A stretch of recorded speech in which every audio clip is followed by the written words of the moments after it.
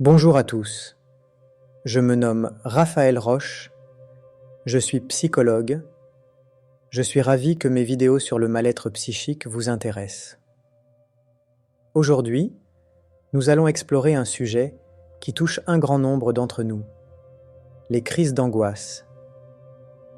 Vous découvrirez les 4 choses essentielles à savoir à ce sujet, qui vous aideront à mieux comprendre et gérer ces moments difficiles. Avant de débuter, sachez que vous pouvez poser vos questions en commentaire et n'hésitez pas à vous abonner pour recevoir d'autres vidéos et astuces sur le mal-être psychique et soutenir mon travail. Enfin, restez bien jusqu'à la fin de la vidéo car je vous réserve un outil spécifique pour vous accompagner.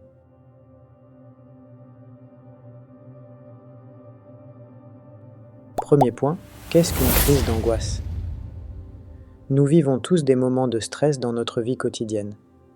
Que ce soit la pression au travail, un événement traumatisant récent ou même une nuit blanche, ces facteurs peuvent s'accumuler et peser lourdement sur notre esprit.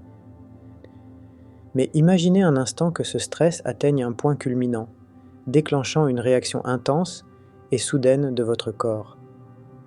C'est ce qu'on appelle une crise d'angoisse ou une attaque de panique. À la fin de cette vidéo, vous pouvez regarder mes autres vidéos sur ce thème. Lors d'une telle crise, votre cœur peut se mettre à battre très rapidement.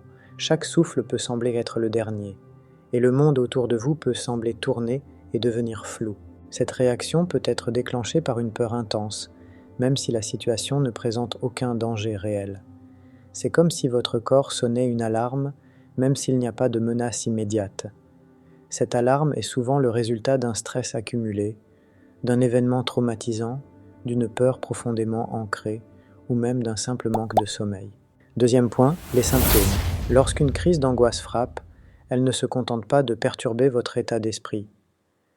Elle a des répercussions physiques tangibles. Votre respiration peut s'accélérer ou devenir superficielle, rendant difficile l'apport d'oxygène nécessaire à votre corps. Cette modification de la respiration peut également provoquer des étourdissements ou une sensation d'étouffement. De plus, il n'est pas rare de ressentir une chaleur soudaine, comme une bouffée qui envahit le corps, suivie parfois de sueur froide. Certaines personnes décrivent également des douleurs ou des picotements, en particulier dans les bras ou autour du thorax. Et après que la crise est diminuée, elle laisse souvent derrière elle une fatigue écrasante, comme si vous aviez couru un marathon. Cette fatigue peut durer plusieurs heures, voire plusieurs jours, rendant difficile la reprise de vos activités quotidiennes. Troisième point, les déclencheurs. Chaque crise d'angoisse, bien que semblant surgir de nulle part, a souvent une origine, un déclencheur. Ces déclencheurs peuvent être aussi variés que les individus eux-mêmes, mais certains sont particulièrement courants. Le stress quotidien. La vie moderne est pleine de stress, que ce soit au travail, dans les relations ou face aux défis quotidiens. L'accumulation de ces petits stress peut, à terme, déclencher une crise. Les événements traumatisants, un accident, la perte d'un être cher, une agression. Ces chocs peuvent laisser des séquelles psychologiques qui se manifestent par des crises d'angoisse. Les peurs profondes, une peur intense, même si elle n'est pas confrontée directement, peut être un déclencheur. Par exemple, quelqu'un qui a peur des hauteurs peut ressentir de l'angoisse rien qu'en y pensant. Vous pouvez, après avoir visionné cette vidéo, regarder la vidéo sur les différents types d'attaques de panique, ou vous abonner pour la visionner plus tard. Manque de sommeil. Le sommeil est essentiel pour notre bien-être mental. La fatigue et l'épuisement influencent les crises d'angoisse. En effet, un manque chronique de repos peut déséquilibrer notre système nerveux, rendant le corps plus susceptible aux crises. Facteurs physiologiques, la consommation de substances comme la caféine, l'alcool ou certains médicaments peut également jouer un rôle.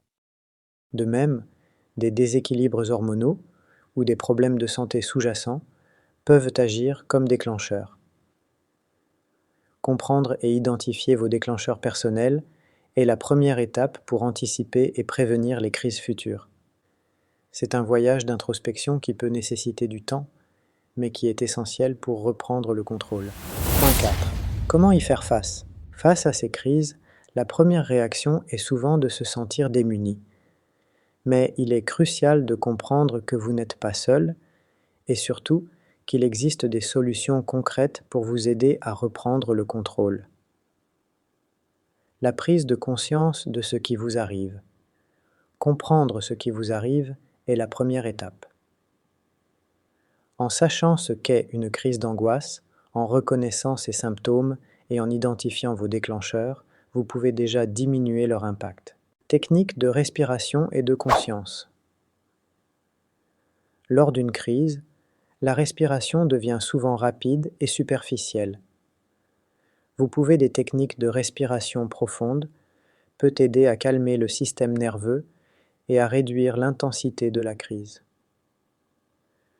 Vous pouvez aussi utiliser des approches comme la méditation ou la sophrologie.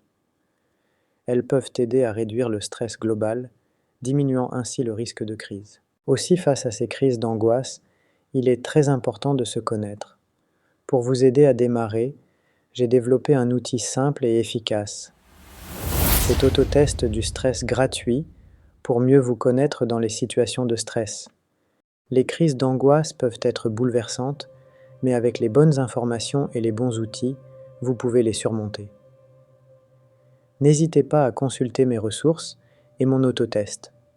Nous arrivons à la fin de cette vidéo. Pensez à vous abonner pour découvrir mes vidéos et soutenir mon travail. Merci de nous avoir rejoints aujourd'hui. J'espère vous retrouver bientôt sur ma chaîne pour d'autres contenus. Si cette vidéo vous a été utile, n'hésitez pas à la partager et à vous abonner pour plus de contenu. Prenez soin de vous.